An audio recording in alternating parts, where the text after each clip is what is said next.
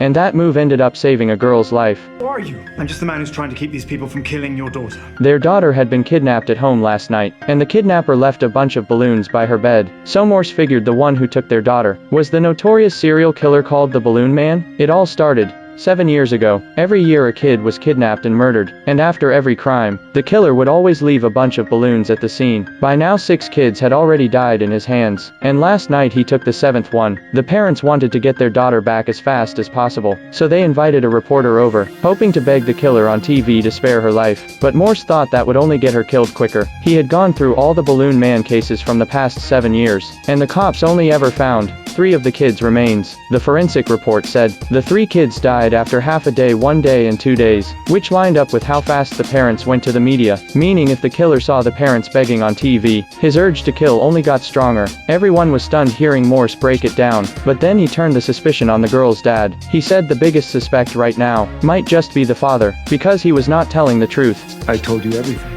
If everything includes one very big lie. Last night the girl's mom was working late at the office. The dad said after the girl fell asleep he went to the store for a bottle of wine, and it was right then the killer grabbed the kid. But Morse noticed something weird about that bottle. The label was stuck to the bottom, which was not how the store sold it, meaning the bottle probably was not bought last night at all. Morse also found a call log on his phone. At 9:40 p.m. last night, the exact time he claimed he went out for wine, the call lasted only 15 seconds, which meant someone probably called him out, most likely his lover, because only in that kind of situation would he risk his daughter's safety just to cover it up. The dad finally broke under the pressure. When Sarah and I were separated, I dated a coworker.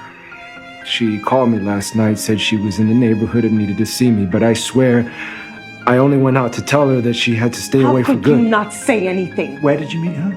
Soon his ex-girlfriend was brought in for questioning. She said after calling him from the roadside, she saw a car blow through a red light real fast, but it was too dark. All she remembered was a brown car. Morse followed that lead near the crime scene. He spotted a suspicious car with a scratch on it, and it was the same dark brown she described, but the brown paint had traces of blue, gray and white mixed in, which meant the car was originally blue and white, and only later repainted brown. Morse passed the lead to Detective Nick. The cops soon tracked down the car. The boy inside ran the second he saw them, but there was no sign of the kidnapped girl in the car, and clearly the boy was not the killer. He was way too young. 7 years ago, when the first case happened, he would have still been in elementary school, but when they checked his real identity everyone was shocked. The boy turned out to be Tom, the very first kid kidnapped 7 years ago. Nobody expected him to still be alive, but when the cops questioned him he refused to say anything. Morse instantly suspected Tom was helping the killer. There had been cases like that before, where kidnapped kids